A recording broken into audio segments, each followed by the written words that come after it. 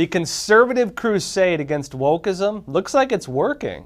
Bud Light sales are down by close to 30% compared to last year after parent company Anheuser-Busch linked up with trans influencer Dylan Mulvaney.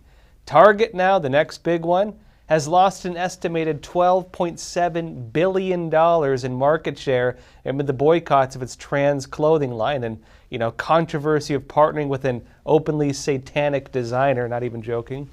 Kohls and other companies are next on the list due to their homosexual-themed clothing lines, and even companies that have until recently branded themselves as conservative are not safe from the boycotts.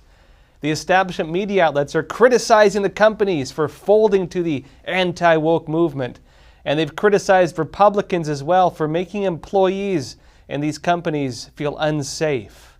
Now, some on MSNBC have even been framing the boycotts as terrorism. In fact, Mehdi Hasan, host of the Mehdi Hasan show on MSNBC, had this to say. Watch. Unlike the Bud Light boycott that was largely confined to internet comment sections, the targeting of Target has involved an actual physical component, manifesting as altercations with retail employees, breaking stuff, pulling stuff down, threats. I should point out here that threatening violence or behaving violently for political purposes is the literal definition of terrorism. Wait, so making violent threats for political purposes is terrorism? Well, look, there were some alleged bomb threats against Target stores in Ohio and Pennsylvania. Many establishment media news outlets actually covered this, making it sound like there were real serious threats. And it appears conservatives, it looked like, were threatening violence based on what they were saying. But folks, it turned out the threats were actually coming from an activist who was angry that Target had folded to the conservatives. It was from the other side.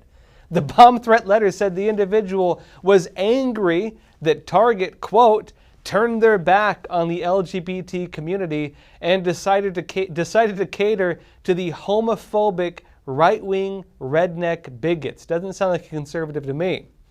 The individual then claimed they placed a bomb in 5 Target locations and then added, quote, "We will continue to bomb your Targets until you stop cowering and bring back your LGBT merchandise." Now look, it appears there were no actual bombs, but regardless, it seems like the threats of violence are coming from the other side. So why are conservatives the ones being blamed for a far-left activist making actual terrorist threats? But what about the allegations, as Mehdi Hasan says, that even behaving violently for political purposes would be defined as terrorism? Well, the video that most news outlets have run, claiming there's violence, is of internet personality Ethan Schmidt. He's walking around a Target store, and he then removes a rainbow pride sign from a clothing rack and then steps on it. Watch. So.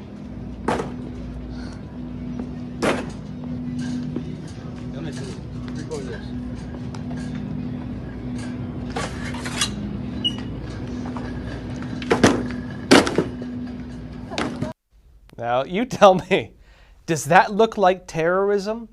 Apparently some news outlets think so. They've been running that video on repeat, since really that's the worst thing they've been able to find for the most part. There actually was a second video that was circulating that actually was pretty violent though. The problem with that? Well, look, it showed a group of people trashing, robbing a Target store. Shelves are broken, items are strewn all over the floor. But it turned out that was not conservatives protesting the woke product lines, despite there being a pride sign in that video, actually. Instead, it turns out that video was from the 2020 Black Lives Matter riots in Minneapolis in response to the death of George Floyd. It was when BLM activists carried out robberies, acts of violence, and threats of violence for political purposes. Wait a minute. Now, wait, if MSNBC says that using violence and threats of violence for political purposes, they're claiming that's terrorism? Did they just allege that BLM has carried out acts of terrorism? Well, it's not totally clear. Some establishment news outlets also allege that the conservative protests against Target claimed they were based on just plain old disinformation. It's all just misinformed people, and it's all those propagandists and disinformation activists who should be blamed. They noted that some people actually falsely claimed that the Target swimsuits, which feature a tuck, featured to hide the male genitalia, claiming those were for children.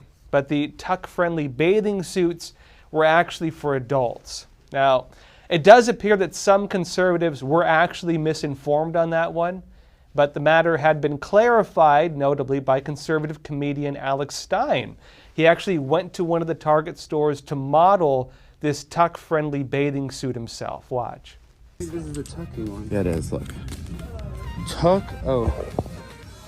Tuck-friendly construction. Okay, well, let's see how tuck-friendly it is. Yeah, well, you can. Wow, it's so tuck-friendly.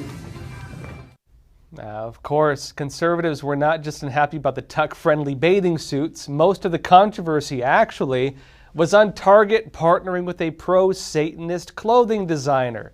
Items from that designer, which were not at Target, included openly satanic imagery with slogans such as "Satan respects pronouns."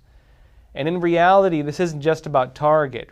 Really, like I mentioned before with the protests against Bud Light, after it linked its brand with a transsexual influencer, the protests are about culture. Take, for example, the rap song from Forgiato Blow called "Boycott Target." The song is currently at the top spot of Apple iTunes. Now, maybe the reason the song is doing so well is because it expresses what many people protesting believe. They put a target on my back, but they're targeting your kids. It's the lyrics, actually. And it expresses another belief with the boycotts, that, quote, "this agenda gotta stop, and we gonna win." Now, focus is also now shifting to the broader political agenda behind these corporate campaigns. It's not just surface business stuff. GLSEN is tied to one of those agendas. That's the Gay, Lesbian, Straight Education Network. It turns out that Target and other companies as well, pushing the homosexual agenda, have poured money into this organization. And this is being framed as them pushing this groomer agenda on children, since GLSEN promotes homosexuality and transsexualism to children from kindergarten through high school. It turns out also that Target's Vice President of Brand Marketing, Carlos Severda, has even has ties to this GLSEN organization. In fact, he's the treasurer. When Twitter CEO Elon Musk questioned Target on Twitter over its annual donations to this organization, GLSEN, while Judicial Watch President Tom Fitton responded, stating this: "Not only is it true, but GLSEN also receives support for this sex targeting of children in schools from Hollister, Walmart, PetSmart, Wells Fargo, Disney, Amazon Studios, YouTube, New Balance, Hulu, State Farm, Urban Outfitters, CBS, Colgate, Nickelodeon, Calvin Klein, MGM, and Viacom." And then there's also the broader corporate and government agenda known as DEI. That's diversity, equity, and inclusion. Even ChickfilA, which brands itself more as a Christian conservative store, is in line with the DEI agenda. In fact, they announced it. This is likewise sparking calls for boycotts against them. And beyond the surface boycotts, beyond all of this, the companies have become just symbols of a broader political and corporate agenda which is using homosexuality for so-called gender politics. It's right up there with race politics and the previous communist agendas of class politics. It's the same thing with different names. The social movements are meant to divide people, to demonize tradition, and to advance a set political agenda. And it looks like people are not only just aware of this now, but they're also fed up with it. As the country enters Pride Month and as most corporations roll out their campaigns to promote homosexuality, a big question is hanging over the boycotts. Will people boycott every company that pushes the homosexual agenda?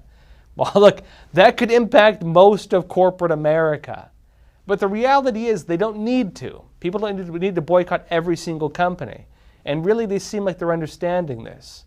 While the boycotts are now spreading to other companies, the goal appears to be aimed at crashing a few companies, making the homosexual agenda so toxic that businesses will not dare to touch it. This makes the issue too risky for shareholders to support because, well, maybe their company could be boycotted next time. It's similar actually to the ESG investment, that agenda used by major firms. It's to use financial pressure as a tool for change. The only difference now is that conservatives are the ones using it. Well, folks, stay tuned after the break. We'll be speaking with James Lindsay. He's a leading expert on critical theory about what is behind this whole woke agenda.